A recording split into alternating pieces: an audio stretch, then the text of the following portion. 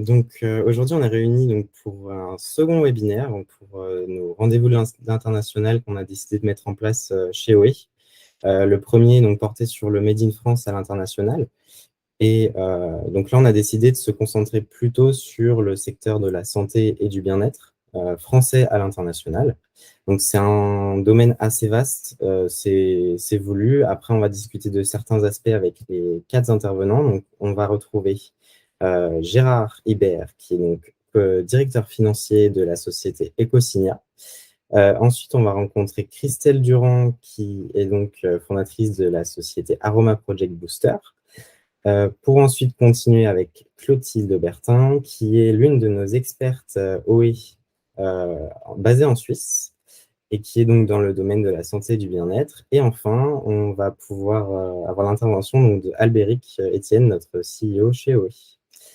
Et donc, le but principal de ce webinaire aujourd'hui, c'est de répondre à la problématique que vous avez très certainement dû voir passer dans les invitations précédentes, qui est quels sont les meilleurs marchés internationaux pour la santé et le bien-être français et comment s'y faire connaître.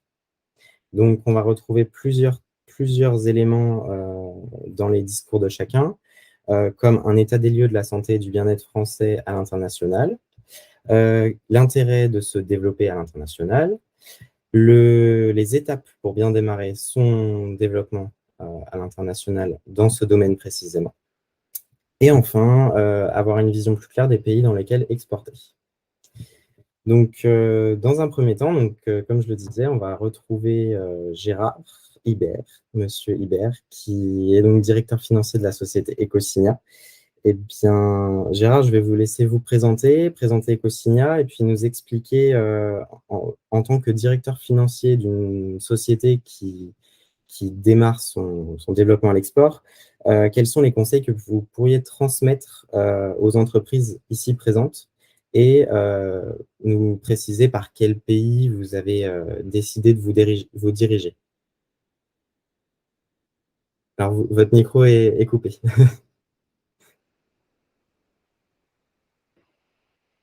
Ah, vous avez votre micro coupé. Ça y est, c'est bon. Alors, Ecosigna est une entreprise qui se développe dans la culture de microalgues, notamment la spiruline, pour en extraire la quintessence, c'est-à-dire la phycocyanine. Et nous avons décidé de développer les marchés à l'international parce que le marché strictement français est un marché relativement étroit. Mais ceci étant, je voulais dire qu'une start-up aujourd'hui qui ne va pas à l'international n'a peu de chances de réussir parce que le marché aujourd'hui, dans n'importe quel domaine, et ce sont des marchés ouverts, quels qu'ils soient, et il faut aller impérativement sur les marchés internationaux pour développer nos startups et arriver à avoir, je dirais, un chiffre d'affaires intéressant. Alors, nous, notre démarche, elle a été la suivante. Nous avons d'abord interrogé, je dirais, tout ce qui concerne les banques de données sur les statistiques de consommation des oligo-éléments. Nous avons interrogé les différents données qu'on trouve sur Internet pour savoir quels étaient les marchés les plus porteurs, les plus intelligents, les plus fiables. Et après, quand nous avons donc déterminé les marchés qui étaient les plus importants ou les plus porteurs, nous avons interrogé, et là je tiens à dire que ça a été quelque chose de très très intéressant, nous avons interrogé les chambres de commerce et l'industrie française implantées à l'international. Ils nous ont fait des études extrêmement pertinentes, extrêmement pointues, pour des montants qui sont relativement pas très importants, je dirais, pas très chers par rapport à des cabinets de consultants que vous pouvez interroger. Donc, une des choses que je conseillerais aux entreprises qui veulent à l'export, regardez les marchés sur lesquels vous voulez aller, regardez la pertinence de ces marchés avec tout ce que Google peut vous donner comme information. Une fois que vous avez choisi ces marchés, interrogez les chambres de commerce et d'industrie françaises implantées dans ces pays. Et nous avons eu des retours extrêmement intéressants. Nous avons donc regardé quels étaient les marchés les plus performants pour notre produit. Je me répète, un extrait de spiruline via quasiment le médicament qui s'appelle la phycocyanine. Et nous avons regardé d'abord en Europe quels étaient les marchés qui étaient le plus intéressants, parce qu'en Europe, c'est à proximité de nos bases, la France, l'Europe n'est pas très loin, donc on a choisi la Suisse parce qu'il y a une vraie demande, puis la Belgique, et nous avons choisi aussi l'Australie parce que c'est un pays continent, c'est énorme l'Australie, dans laquelle la demande est très très forte sur ces produits. Donc nous avons choisi l'Australie à l'autre bout du monde et 2 pays européens, la Suisse et la Belgique. À partir de là, on s'est dit qu'est-ce qu'il faut faire? Il nous faut des gens pertinents pour qu'on puisse avoir des contacts proches, des contacts qui soient dans le pays, et nous avons interrogé OE. Et OE nous a apporté la solution. Il faut le dire très honnêtement, OE nous a permis d'avoir des contacts qui sont sur le terrain, qui connaissent parfaitement leur métier et le marché, et qui nous ont aidés à pouvoir dire, bien, on va y aller parce qu'effectivement, il y a un retour positif. Donc, la démarche est faite en 3 temps. D'abord, regarder quels sont les pays les plus demandeurs de ces oligo-éléments, entre guillemets. Après, une étude de marché faite par les chambres de commerce et d'industrie internationales que nous avons interrogées, et ils ont été super sympas parce qu'ils sont vraiment très attentifs à aider les entreprises françaises à se développer à l'international. Puis après, on s'est dit, bon, il faut maintenant des contacts sur place, et on a trouvé OE. Et je dirais aussi, on a trouvé Aroma Project Booster parce qu'elle connaît très bien le marché du bien-être, des oligo-éléments, de tout ce qui concerne ces marchés-là. Et avec tout ça, en l'espace de 2-3 mois, ça a été assez court, on a pu cibler de façon pertinente les marchés sur lesquels on pouvait aller. Et l'intérêt, c'est qu'avec ce groupement d'intelligence autour de nous, il y a potentiellement des retours assez intéressants. Donc voilà que notre démarche, et voilà où nous en sommes aujourd'hui. Et je dirais que à aujourd'hui, la réponse qui est faite par rapport à cette démarche est positive. Voilà, Alexandre. Merci beaucoup. Merci beaucoup pour votre témoignage. En tout cas, c'est super. Comme ça, on a une vision. Je peux juste poser une dernière petite question à Gérard dans le fil, parce qu'on est encore dans le timing. Sur le côté financier, je sais que tu avais aussi pas mal de démarches qui ont été faites, et ça peut être intéressant d'avoir ce volet-là aussi. Effectivement, Albéric, merci de me le rappeler, et je vous prie à tous de m'excuser. Quand nous avons eu donc la volonté de l'export, que nous avons regardé ces marchés, que nous avons vu l'intérêt de ces marchés, nous avons interrogé un cabinet qui s'appelle le cabinet Layton, pour ne pas le nommer, et nous avons fait une assurance protection internationale. Et effectivement, avec les ingénieurs, les personnes qu'ils ont avec eux, nous sommes en train de lever 300 000 € pour pouvoir arriver à, je dirais, maintenant pénétrer ces marchés. Alors, l'API est quelque chose de très intéressant sur notre territoire. On peut critiquer notre propre pays, mais quand même, quelquefois, ils font les choses bien. Et là où tu as raison, Albéric, on a eu effectivement un préaccord sur 300 000 € de budget pour attaquer ces marchés, grâce à l'API, Assurance Prospection Internationale. Donc, le financement est porté par l'État français, quoi. Donc, pour l'instant, excusez-moi le terme, ce que je vais dire, mais ça ne coûte pas un sou. Alors, le gros intérêt, c'est que, pour ceux qui nous écoutent, quand vous aurez prospecté, visualisé et intéressé, vous serez intéressé par les marchés que vous voulez prospecter, vous faites une API. Si cette API réussit, si la pénétration marché réussit, vous devrez rembourser l'API. Si malheureusement, vous vous êtes planté, l'API se transforme en subvention et vous ne le remboursez pas. Ce qui est relativement intéressant quand même.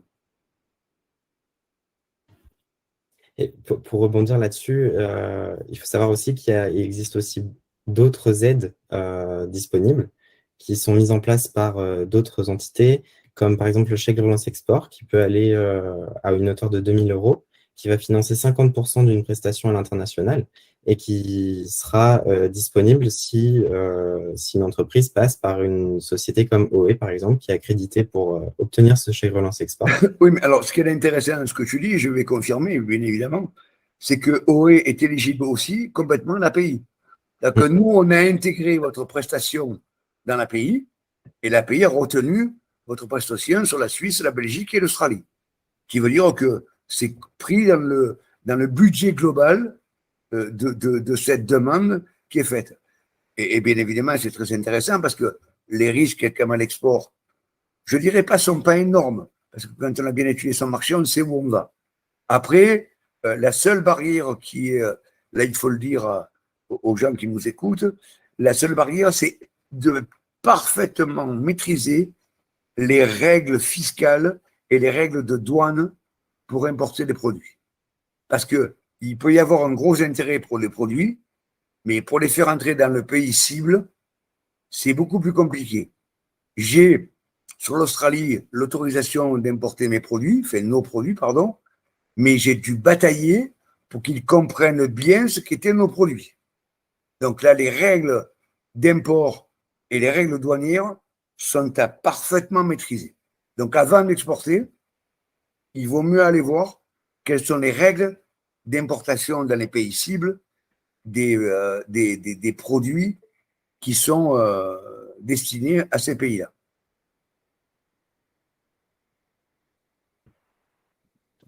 Alors, tac. Du coup, on va peut-être remettre les questions à la fin, du coup, répondre aux questions plus à la fin. Merci beaucoup, Gérard, en tout cas. Merci pour ce témoignage et pour tous ces conseils.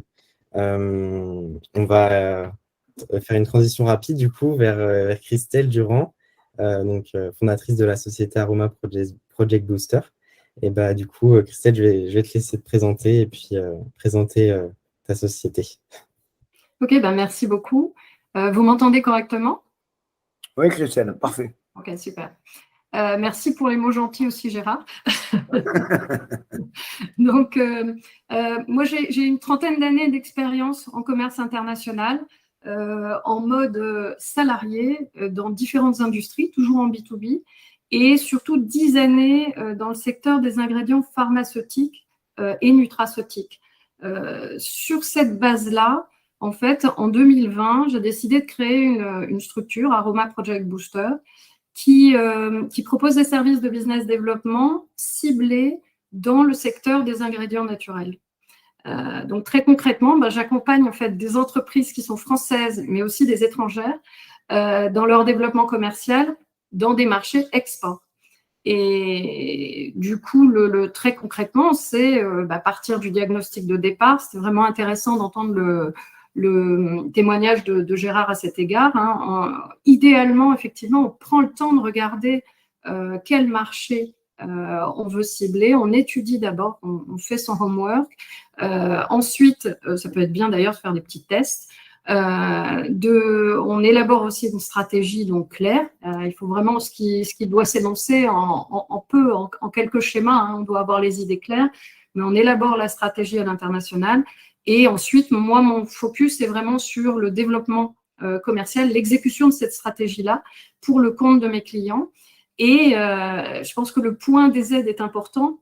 Pour ce qui est des entreprises françaises, il est évident qu'avant d'y aller, ce serait une faute professionnelle en quelque sorte de ne pas avoir optimisé tous les dispositifs d'aide qui existent et qui peuvent soit consister en des aides de la région, par exemple, qui vont venir en diminution du budget, soit au contraire, comme le stipulait Gérard, on va, ou le CRE d'ailleurs, soit on va être sur des aides qui sont de l'assurance prospection, c'est-à-dire une dérisquisation, entre guillemets, on dérisque l'investissement export en cas d'échec, Et en cas de gain, de réussite, ce qu'on se souhaite à tous, on est quand même dans une avance de trésorerie extrêmement intéressante. Donc voilà, c'est en gros ce que je fais. Je voudrais glisser un petit mot sur ma fédération OSCI, dont OE fait partie aussi, parce que c'est un beau creuset en fait, de professionnels de l'international. On est tous assez passionnés. Et cette fédération, c'est un lieu où on échange beaucoup sur les thématiques, les problématiques, et on se donne aussi des solutions entre nous. Et en second lieu, c'est un lieu où on trouve des collaborations possibles sur certains projets. À certains moments, on va se dire, tiens, il nous manque une compétence. Eh bien, au sein de l'OSCI, on peut construire des équipes, des task force. Donc ça, c'est intéressant. Voilà, c'était mon petit mot sur l'OSCI. Et je repasse la parole à Alexandre. Merci beaucoup, Christelle, pour cette présentation. Du coup, je vais vous poser une petite question pour continuer. Alors, du coup, au vu de vous, votre expérience sur le marché de la santé et du bien-être, est-ce que vous pourriez nous partager quelques conseils et quelques témoignages sur ce secteur de la santé et du bien-être? Oui. Merci beaucoup. Alors, à double titre, merci d'organiser cette conversation parce que je pense que c'est vraiment un sujet intéressant. Et merci effectivement de m'avoir conviée. Alors, je vais être très claire que c'est un vaste sujet. C'est ce que j'ai dit à Albéric lorsqu'il m'a proposé. Je lui ai dit, mais c'est grand, c'est vaste, c'est un vaste marché. Donc, multiforme, hétérogène par certains côtés. Du coup, je ne me poserai vraiment pas en experte de ce marché global qui est assez énorme. On va voir la taille qu'il a. Mais en revanche, je veux au moins partager mon expérience sur la partie où j'opère, qui est celle justement des ingrédients naturels, du nutraceutique et maintenant d'ailleurs du cosmétique, etc. Donc, moi, ce que je trouve intéressant dans ce secteur-là, déjà, c'est que, comme on le disait, il y a du B2B, il y a du B2C, il y a des produits pour les deux tiers, il y a des services. On y trouve en majorité du privé, mais il y a aussi du public. Donc, c'est absolument multiforme. Mais la bonne nouvelle dans le fait qu'on parle de ce global wellness, healthcare and wellness, enfin tout ce qui recoupe ce marché-là, c'est qu'il y a une prise de conscience croissante que la santé, c'est holistique. Et c'est un tout. Et on sort de cette espèce de credo, alors français par excellence, je suis assis dans un fauteuil, j'ai mon ordonnance, j'ai mon médicament et c'est bon, j'ai la santé. Donc, je pense que ça, c'est fini. On est de plus en plus clair que le bien-être favorise la santé. On arrive bien clairement aussi à la notion du mal-être peut rendre malade. Et je pense aussi qu'il s'impose la vue qu'on est pleinement acteur de sa santé. Donc, ça, c'est majeur. Et d'ailleurs, c'est une partie entière, un pan entier de ce marché-là. Donc, ce périmètre large, je me suis dit, tiens, mais on va quand même expliquer de quoi on parle plutôt que de dire que c'est un grand fourre-tout. Et je me suis dit, la meilleure façon de l'aborder, c'est en se posant des questions simples, des questions de bon sens. Donc, en premier, qu'est-ce que je mange, qu'est-ce que je bois? Donc, Hippocrate, de tes aliments, tu feras ta médecine. Eh bien, pas du tout. Le food, c'est pas inclus dans ce marché-là. Je pense que c'est une hérésie. Et d'ailleurs, on voit couramment l'état des gens, des individus. Il y a énormément de gens aujourd'hui qui, par la malbouffe, ne sont justement pas en bonne santé. Donc, je pense que c'est quelque chose qui se rectifiera. Par contre, qu'est-ce que je mange en supplément, en plus de mon alimentation? Là, on est dans le sujet. C'est-à-dire je viens de le dire, des suppléments alimentaires, des compléments alimentaires. On va parler d'alicaments. On va parler, donc, on est en plein dans le nutraceutique. Et indépendant de ce nutraceutique, ça va être aussi la nutrition sportive. Donc, ça, intéressant. Le petit nouveau que j'adore, moi, c'est le e-gaming. Le e-sport a aussi sa nutrition, c'est phénoménal. Et c'est tout à fait justifié. Il y a vraiment des besoins spécifiques. Et si on va plus loin, on a aussi la beauté qui vient de l'intérieur, c'est-à-dire la nutri-cosmétique. Donc, on va avoir tout ça, ce premier pan. Et ça me fait une transition finalement. Qu'est-ce que je mets sur ma peau? On a longtemps cru qu'on pouvait mettre tout et n'importe quoi sur sa peau. Et je pense qu'on est allé loin dans ce domaine-là. En réalité, donc, aujourd'hui, c'est très clair que quelqu'un qui se nourrit bien et qui se supplémente bien et qui vit bien va rayonner de fait. Donc, il y a cette fusion de santé, beauté, bien-être, cosmétique, nutri-cosmétique, ça commence à… Voilà, on voit que les frontières deviennent un peu floues, finalement. Hein. Tout ça, ça se réunit. Ensuite, il y a quels soins je reçois. Donc là, on pourrait trouver la médecine, mais je trouve que voilà, le pharma, c'est à l'extérieur et c'est autre chose. Mais les soins, les services médicaux, l'aromathérapie, la naturopathie.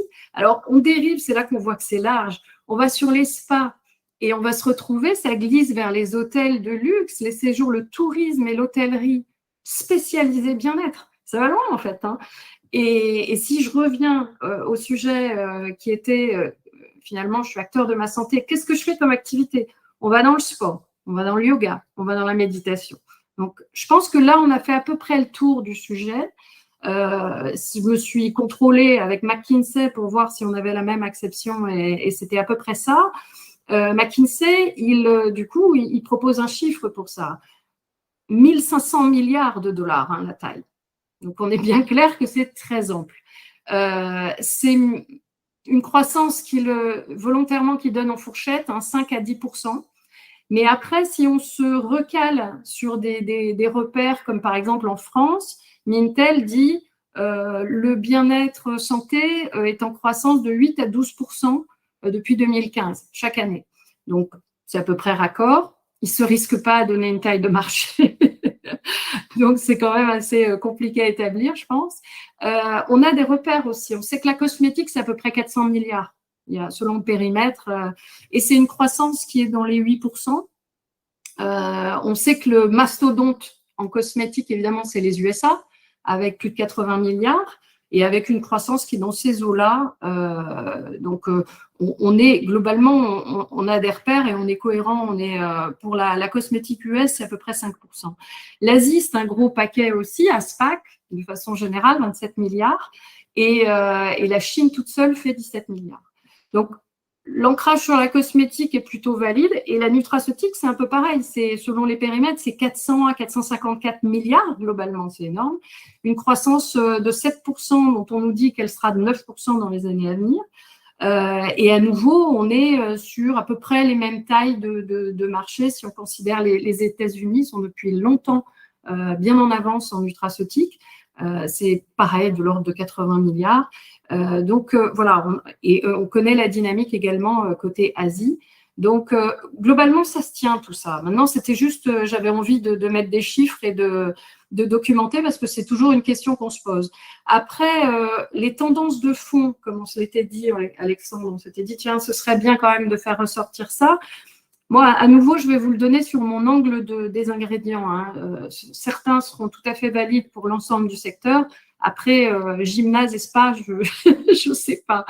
La naturalité et le végétal, c'est certain. C'est une tendance de fond.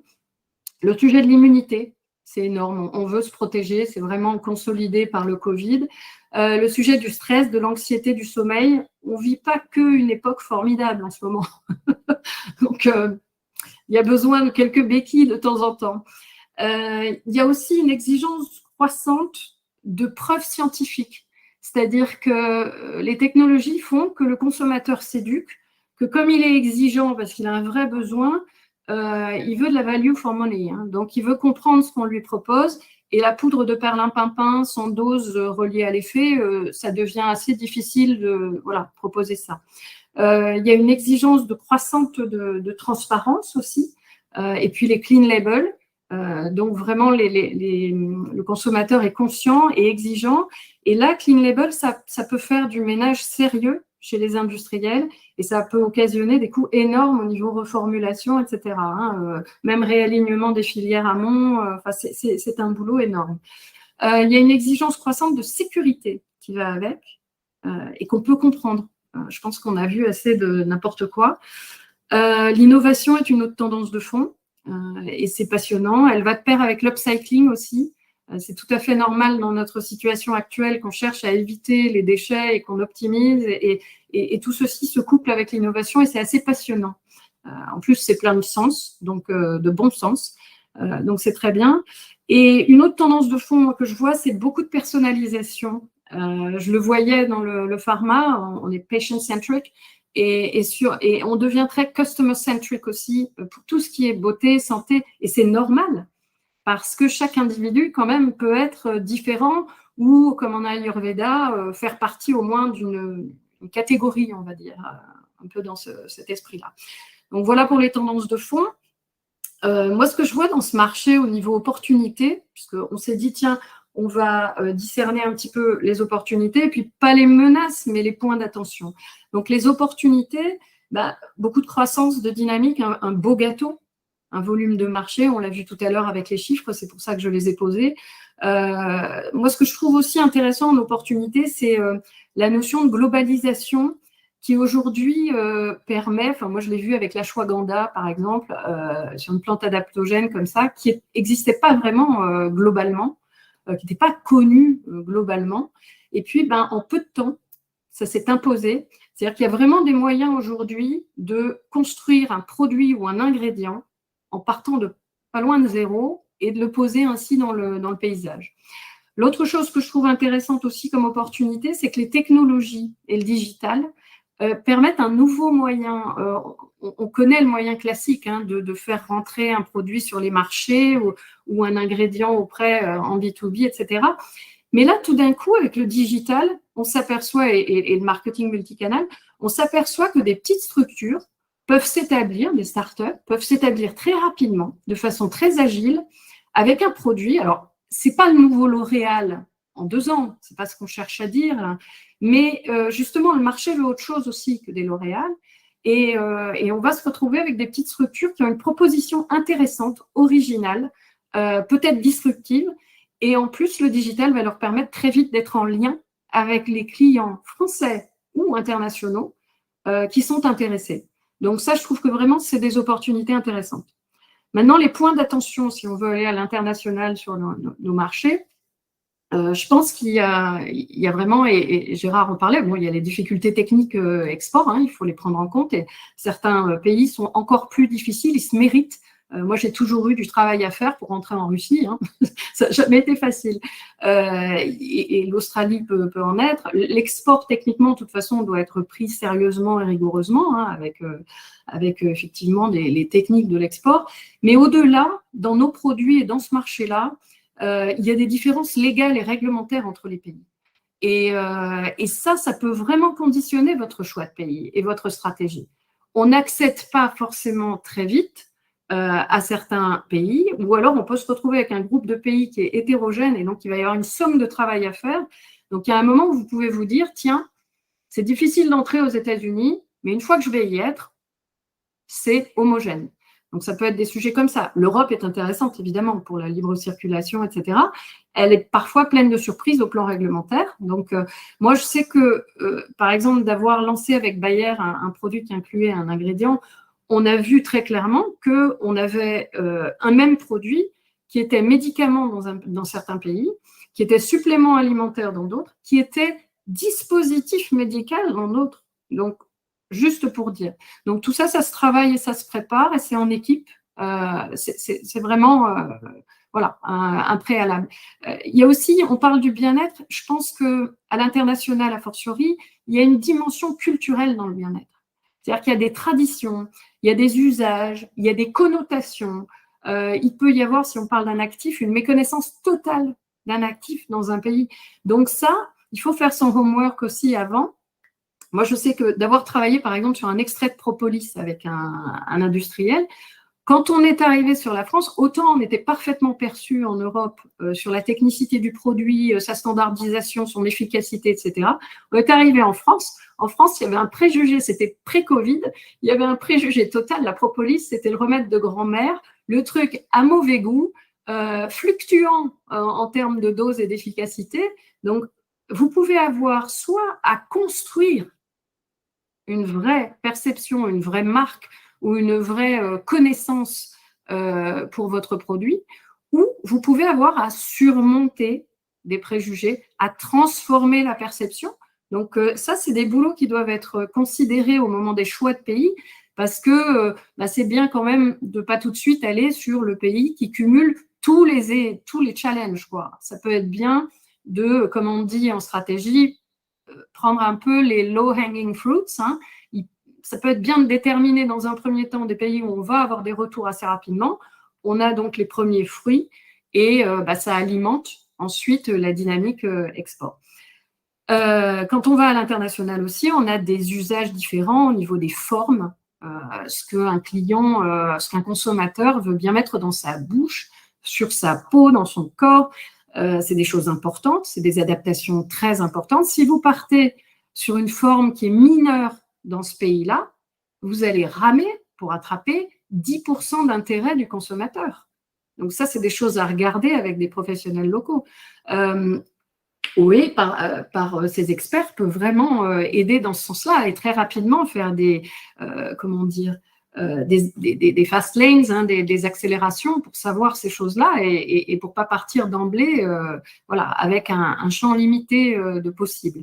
Il peut y avoir des conditionnements aussi différents. Moi, je suis toujours fascinée aux États-Unis par la taille des conditionnements, le nombre. Ils privilégient des bouteilles, des grands volumes. C'est très différent de ce que nous, on peut faire. À l'inverse, moi, je me rappelle avoir été frappée à Cuba de voir des ventes de médicaments à l'unité, pour des raisons de pouvoir d'achat notamment. D'accord ? Donc, on sait aussi, si on se projette un peu, qu'on a la disruption du VRAP qui arrive. Elle va impacter nos produits en bien-être, etc. Et c'est pour une bonne raison. Mais voilà, il y a tout ça à considérer. D'autres points d'attention, c'est l'exigence de traçabilité. L'exigence réglementaire va aller croissant. Et ça, c'est pas rien, c'est coûteux, c'est à prendre en compte dans ses prix. Et dans ces temps aussi de maturation, d'entrée sur les marchés. La sécurité, le sujet de la sécurité, c'est un vrai sujet et en Europe en particulier, c'est un très gros sujet. Il n'est pas encore déterminé clairement en Europe quelle voie on va prendre. Est-ce qu'on va considérer un produit sous l'angle de son risque en utilisation normale ou sous l'angle de son danger absolu? Et ça, c'est énorme. Ça peut faire un ménage phénoménal également dans les substances autorisées. Donc, c'est en discussion en ce moment et c'est vraiment un point d'attention.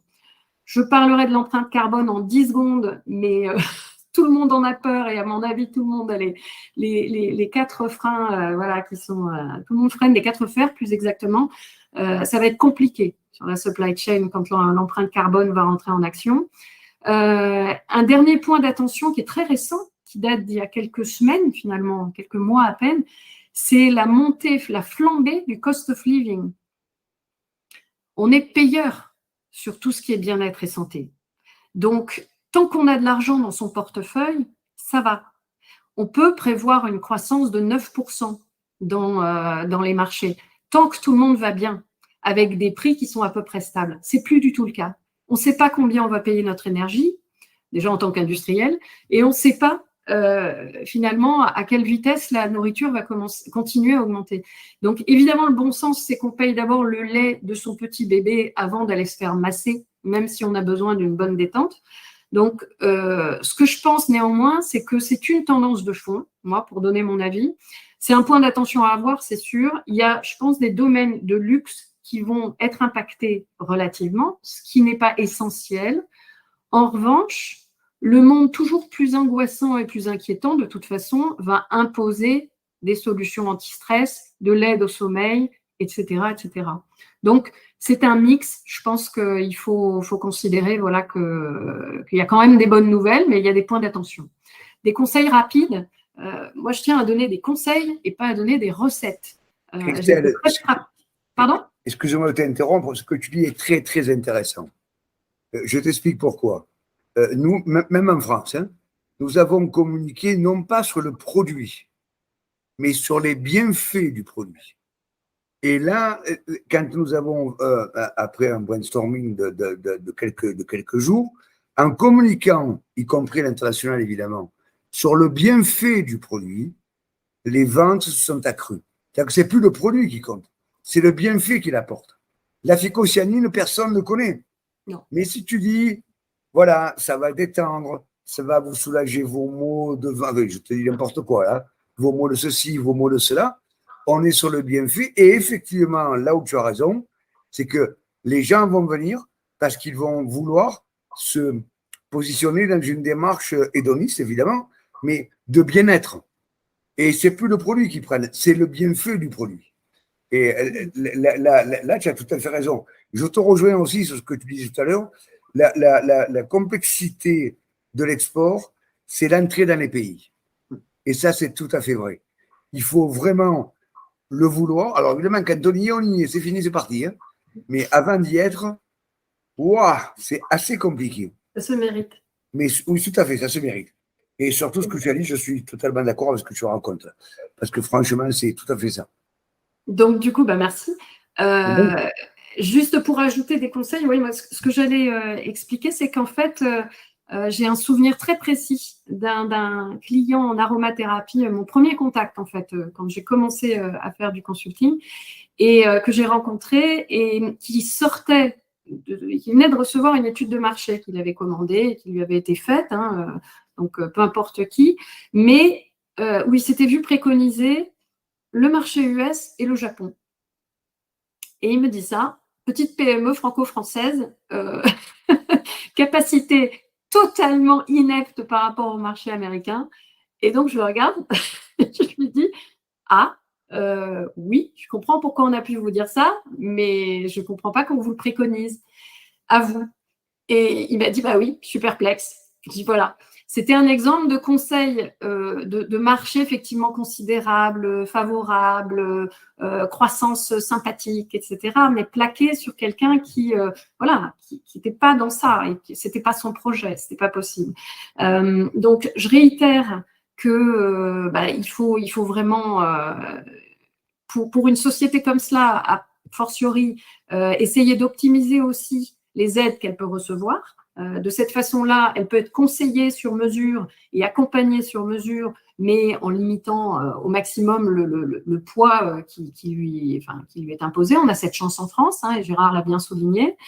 Je pense aussi que, et là on rejoint aussi le commentaire de Gérard sur la difficulté, il faut aller à l'international pour de bonnes raisons. Il ne faut pas y aller pour des mauvaises raisons. Il ne faut pas y aller parce qu'on a un salon en vue puis que ça a l'air sympa. Il ne faut pas y aller pour faire du tourisme personnel parce que quand même c'est sympa de voyager. Il ne faut pas y aller parce qu'on croit que ça va être facile.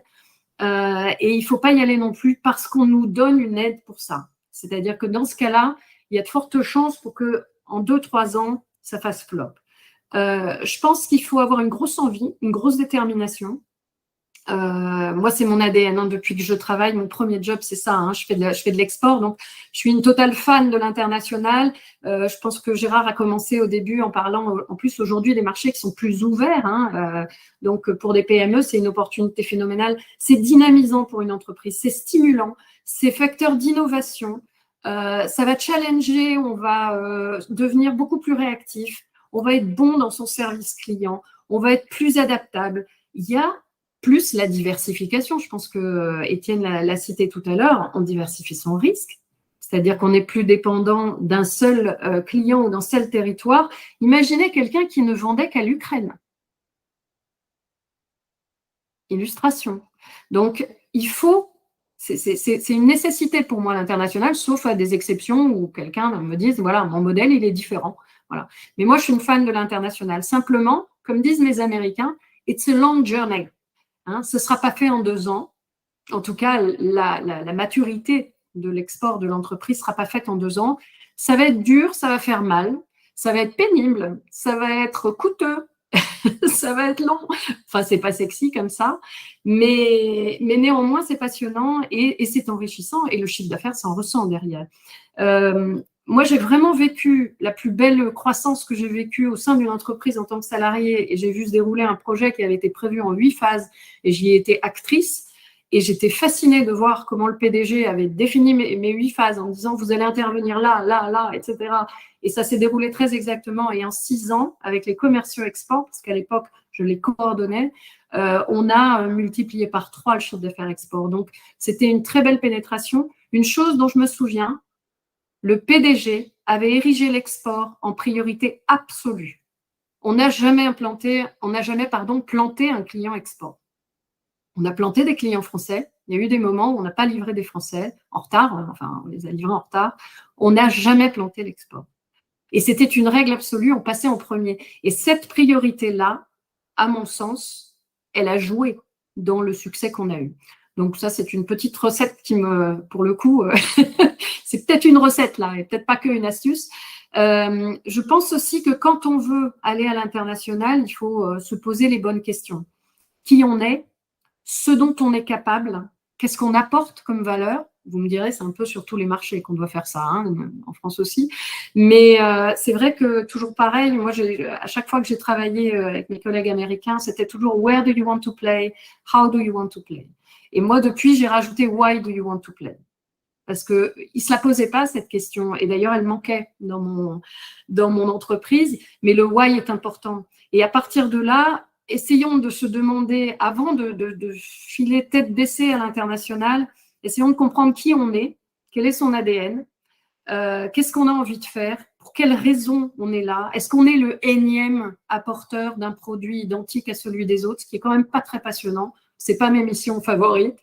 Ou est-ce qu'au contraire, on réfléchit, et moi c'est ce que j'essaye de faire avec les clients, à sous quel angle on va se positionner. Et peut-être que ça va nous déterminer les pays où on sera différent. C'est-à-dire que s'il y en a déjà 10 qui sont sur un pays parce qu'il est super attractif et que tout le monde y est allé, peut-être qu'on va choisir 2 ou 3 autres pays où il y a un marché intéressant et où on va être unique. C'est la fameuse théorie de l'océan bleu. Hein. Et au lieu d'aller vers le rouge, on va peut-être aller vers le coin bleu où on va beaucoup mieux ressortir, avoir plus de gâteaux disponibles. Voilà. Donc, je pense qu'il y a une réflexion à mener. Et l'autre chose aussi, je trouve, et ça, c'est vraiment avec mes clients, et promis, Alexandre, c'est fini après, je m'arrête. C'est juste qu'il faut tempérer son impatience. J'ai des clients qui veulent tout de suite aller sur la prospection sans prendre le temps de se poser, de faire l'étude et de poser sa stratégie. Et ça, je pense que c'est une erreur majeure. Et promis, je m'arrête là. J'ai fini, je te rends la parole. Merci beaucoup, Christelle. Pour le coup, on va faire très rapidement, du coup, avec Clotilde et Albéric. Du coup, donc pour vous introduire, Clotilde, donc, je vous laisse vous présenter et puis nous faire part de vos connaissances sur le domaine, et puis plus particulièrement en Suisse, pour le coup, où vous êtes basé actuellement. Je vais aller assez vite, mais en fait, je suis très alignée avec ce qu'a dit Christelle. Donc, je suis Clotilde Aubertin-Jordan, j'habite en Suisse romande depuis 16 ans. J'ai travaillé à l'INSERM dans le passé, au CNRS, en transfert et valorisation de recherche auprès des industries et puis des entreprises privées. Et j'ai débarqué en Suisse pour travailler pour un grand groupe en agroalimentaire. Et puis, il y avait une grosse partie, évidemment, nutraceutique, alicaments, comme on les appelait dans les années 90, j'imagine. Et puis, désormais, je suis dans le milieu pharmaceutique, notamment dans soutiens des marques sans ordonnance médicale, dans l'OTC, donc. Et je suis depuis 22 ans une pure spécialiste du partenariat d'innovation, ce qui veut dire que je suis en amont de ce que Christelle a aiguisé comme expertise. Je suis là pour nourrir avec des partenaires externes notre portefeuille d'innovation dans les domaines de la santé. Et puis, vraiment, juste pour compléter cette vue d'ensemble, alors sur le marché suisse, évidemment, on peut faire cette scission santé-bien-être sur la partie topique et la partie systémique, avec de la prévention, du traitement, de la récupération après une pathologie ou après un sport, etc. On parlait de nutri-cosmétique, mais il y a aussi maintenant la neuro-cosmétique. Il y a énormément de choses qui se passent. Je rejoins complètement ce Christelle sur tout ce qu'on a comme tendance sur nos marchés. On a des distributeurs en Suisse qui tiennent quand même le peloton, c'est Migros et Coop qui investissent beaucoup dans le milieu, dans les pharmacies en fait, dans la distribution de produits pharmaceutiques et parapharmaceutiques, si je peux dire. Et donc c'est eux qui sont quand même là. On a énormément de franchises et de chaînes. Il faut savoir que la Suisse, il y a quatre langues officielles. Bon, le romanche, c'est une langue anecdotique parce que c'est très peu de gens qui la parlent. Mais le suisse allemand, le français, puis l'italien avec le tessin, donc représentent les langues officielles du pays. Les cantons sont très forts. Si effectivement on veut une granularité sur l'analyse des marchés, c'est intéressant de voir aussi sur quel écosystème on se base. Et je rejoins complètement Christelle. Moi, quand j'évalue une innovation, un produit, les affaires réglementaires sont plus qu'importantes, hein, selon le pays dans lequel on veut entrer. Il faut voir de quoi on part, quels produits on veut mettre sur le marché et quels sont les prérequis pour les autorités réglementaires dans lesquelles on veut aller, en fait. Et puis, effectivement, on le disait, on peut avoir un statut RX, on peut avoir un statut OTC ou un statut complément alimentaire d'un pays à l'autre ou medical device. Donc, c'est vrai qu'il faut être extrêmement vigilant dans ce choix-là. Et puis, moi, dans mon travail de partenariat d'innovation, j'évalue, en fait, un produit qui vient de France, par exemple, sur ses critères d'évidence scientifique, clinique. On a effectivement toutes ces tendances que Christelle a nommées. La reformulation, si effectivement maintenant il y a beaucoup de contraintes sur les anti-inflammatoires, notamment au niveau de la pollution et sur l'Europe. Donc il y a des reformulations nécessaires sur le diclofénac, le paracétamol, ça va certainement venir. La durabilité, la sécurité. Donc il y a tous ces points-là qui sont vraiment importants. Donc vraiment, on est vraiment sur toute santé bien-être, c'est extrêmement large. Les tendances, elles sont là, naturelle, immunité, on les a en Suisse. On joue avec le côté médicamenteux et puis naturel. Il y a vraiment beaucoup de médecine parallèle en Suisse, hein, donc il faut être au courant de ça. La concurrence, elle est très dense, elle est très intense. On a des marques très, très phares. Hein. Je pensais à Velleda, mais on a Sinupré, on en a plein qui arrivent et qui sont très, très présentes et très fortes. On a ces petits Français avec Pure Essentiel qui proposent énormément de choses aussi. Comme on le disait, il y a la prévention, il y a la dermato, il y a la santé respiratoire, la douleur, les soins bucco-dentaires, il y a la santé intestinale, mais la santé, c'est vraiment la santé émotionnelle, physique, et puis cet aspect nutritionnel, en fait, qui sont vraiment phares pour tourner autour de la santé et du bien-être. Donc moi, je suis installée en Suisse. Je vois ces tendances-là. On a le CBD qui est là, qui est très, très fort. Hein. On a accès au cannabis, aux cannabinoïdes, le CBD principalement. Effectivement, on est en train de surveiller de près ce qui peut être prouvé. Je parle de bioefficacité, de pureté des ingrédients, qui vraiment, avec le CBD, on l'a vu. Récemment, on a un article qui est sorti en Suisse parce qu'on peut acheter nos huiles, etc., avec une certaine concentration.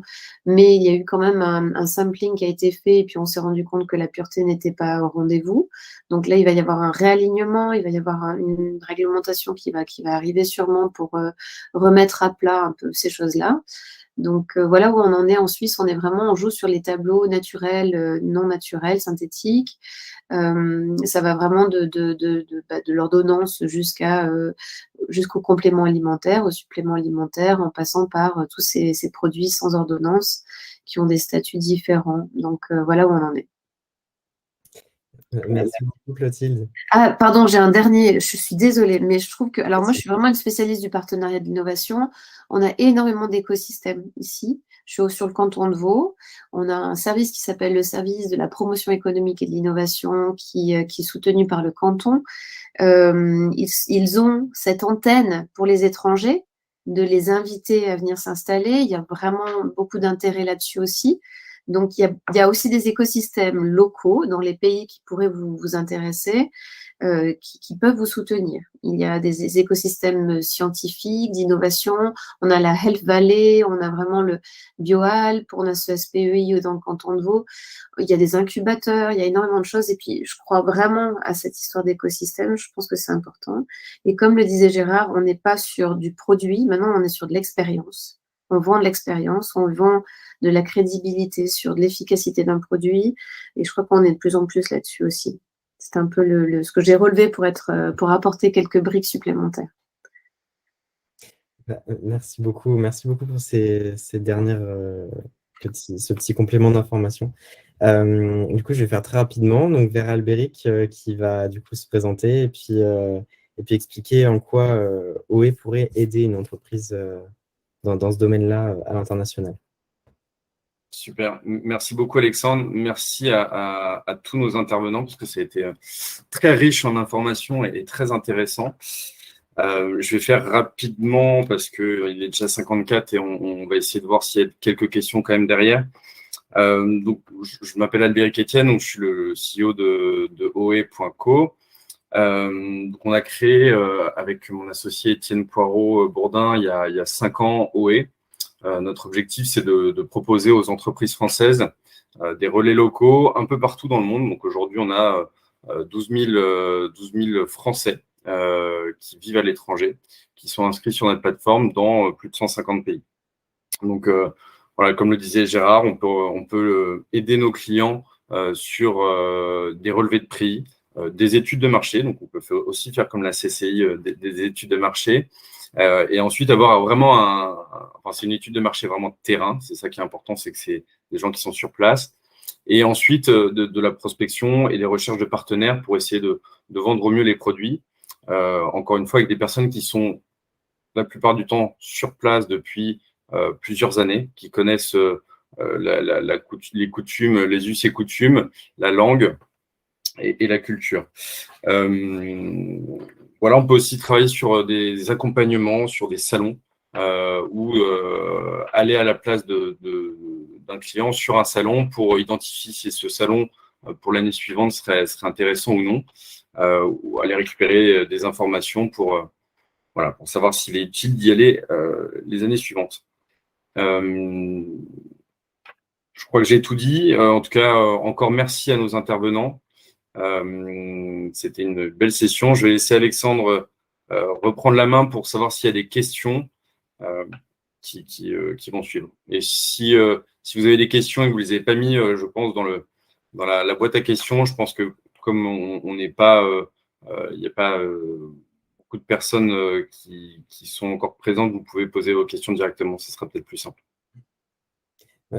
Pour le coup, il y a une question qui a apparu déjà. Donc, c'est pour Gérard. Donc, est-ce que vous pourriez détailler le travail que les 3 pays, le travail qui a été fait dans les 3 pays avec OE?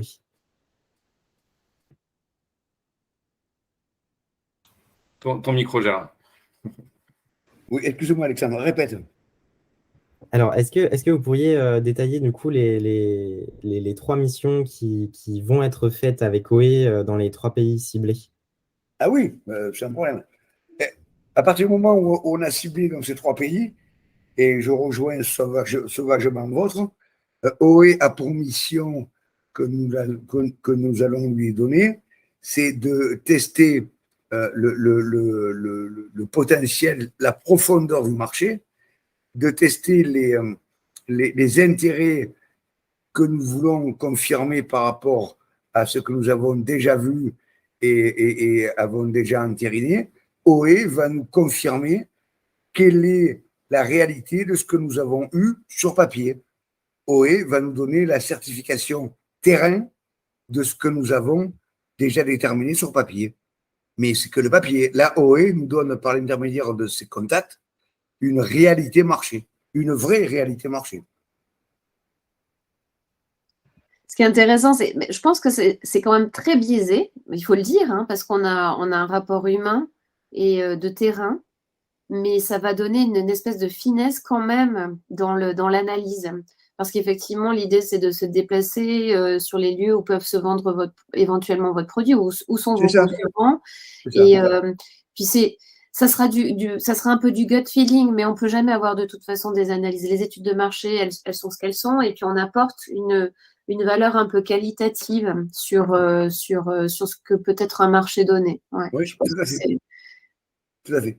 Et ce qui m'intéresse chez OE, c'est que la plupart des gens qu'on a eus, c'est que ce sont des gens qui sont sur le terrain, des gens qui ont déjà eu des expériences industrielles assez intéressantes, et ces gens-là peuvent nous dire, oui, je confirme ce que vous m'avez envoyé comme étude, ou non, je ne vous confirme pas parce que c'est pas ça, ça a changé, ça a bougé, c'est plus ça. Et dans ce cas-là, n'investissez pas. Et donc ça, c'est très, très, très intéressant, très, très intéressant. Parce qu'après, évidemment, ces gens-là, on en fait des partenaires, hein, c'est évident. Ouais. Merci beaucoup. Ce qu'on peut dire aussi éventuellement, c'est que si jamais, après analyse plus fine, vous vous sentez moins à l'aise en tant qu'entrepreneur d'être sur un marché donné, Il y a aussi de la solution, encore une fois, du partenariat et trouver un partenaire de distribution. Oui. Moi, dans mon métier actuel, c'est ce que je fais en fait. J'essaie de repérer comment on peut faire du distribution deal ou éventuellement bénéficier d'un canal de distribution qui est beaucoup plus large et worldwide, et puis essayer de voir ce qu'on peut continuer à construire comme données pour investir des marchés auxquels vous ne pensez pas et sur lesquels vous n'êtes pas à l'aise parce que vous vous sentez trop petit, on peut dire, Oui. c'est comme ça. Et puis essayer de trouver des partenaires locaux qui sont d'extrêmement bons distributeurs et voir comment un deal différent peut se faire en fait. Ouais. Oui, je rebondis là-dessus, hein, ça fait effectivement partie de… Il faut impérativement que j'ai votre mail et votre numéro de téléphone. C'est prévu, Gérard. Mais effectivement, Clotilde est inscrit sur la plateforme OE en Suisse. Donc, c'est typiquement le type de mission qu'on peut effectuer dans tous les autres pays du monde par le biais d'autres experts, bien sûr, qui sont sur. Pour le coup, il est 19h, donc je pense qu'on va pas… on est dans les temps, c'est pile poil. Merci beaucoup à tous d'avoir été présents ce soir. N'hésitez pas, en tout cas, si vous avez des questions ou quoi que ce soit, n'hésitez pas à nous contacter. On est disponible avec Étienne et Albéric. Merci encore à tous. Et puis, du coup, une très bonne soirée à vous.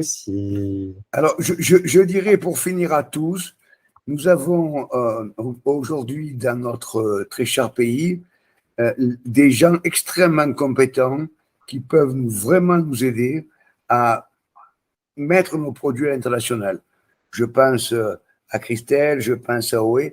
Nous avons quand même des compétences qui devraient permettre, si nous avons le courage, de vraiment nous développer à l'international. Voilà. Bonsoir. Merci Gérard. Merci à vous. Merci, bonne soirée. Merci. Merci, à vous aussi. Au revoir. Bonne soirée à tous.